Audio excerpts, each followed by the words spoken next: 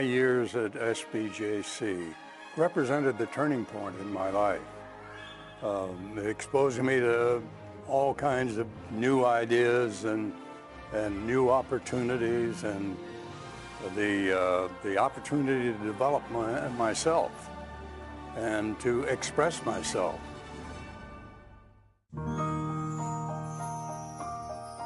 Jim Sirmons wanted to be a trial lawyer in his hometown of St. Petersburg, Florida.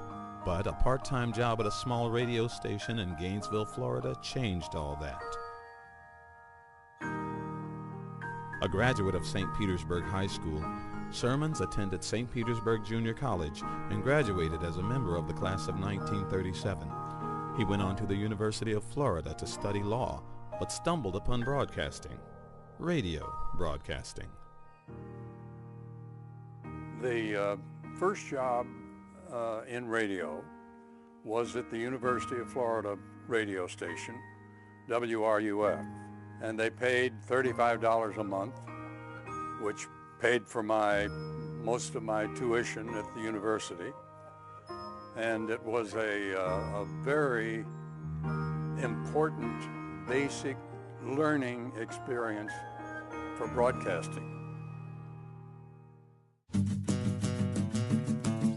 After immediate success at the small Gainesville station, Sirmons was offered a job at WCKY, a CBS affiliate in the Cincinnati area, a company he would later retire from more than 60 years later.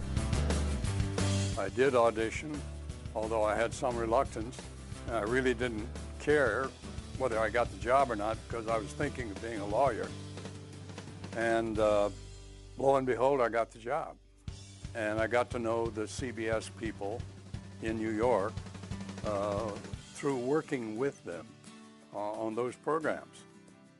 So I was with CBS until the year 2000, 58 years, and believe it or not, I was not the longest term employee.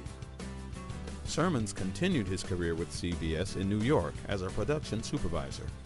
In the late 1940s, he moved into network operations of an emerging broadcast technology, television.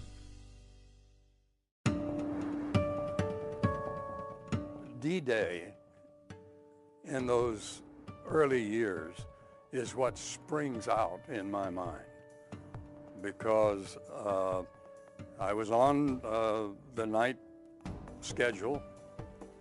We were expecting D-Day, but we didn't know where it was going to be. Nobody did. We waited until, oh gosh, it was after midnight before we knew they had landed in Normandy. And so we stayed on the air until 9:30 the next morning. It really was one of the most exciting, and at the same time, it was an illustration of what it takes in the way of talent to do that kind of thing. With the growth of the television industry, Sirmons moved up the ranks quickly, eventually landing the position of Senior Vice President. I worked with Edward R. Murrow when he came back from London and his people, and Ed did See It Now. The Hear It Now morphed into See It Now for television, although Ed had reservations about television. But he did, of course, See It Now, and Person to Person, and You Were There. And I had some contacts with all of those. And it was all very interesting getting to know this complicated individual. Today, at 89, Sirmons remains active on various associations and church activities. His home contains photos and memorabilia of his CBS career, including an old CBS microphone and a framed S, an S that once was part of the CBS logo over the entrance to the original CBS building on Madison Avenue.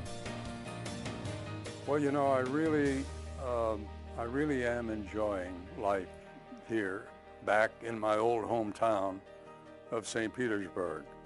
You'd think by the age of 90 you'd slow down socially, but I'm still quite active, have a lot of good good friends, some of whom were in my class at St. Petersburg College. I'd say life is pretty good. My golf game, I would be somewhat less enthusiastic about. For his dedication to broadcasting and to education, St. Petersburg College is proud to present Jim Sirmons with the 2008 Outstanding Alumnus Award.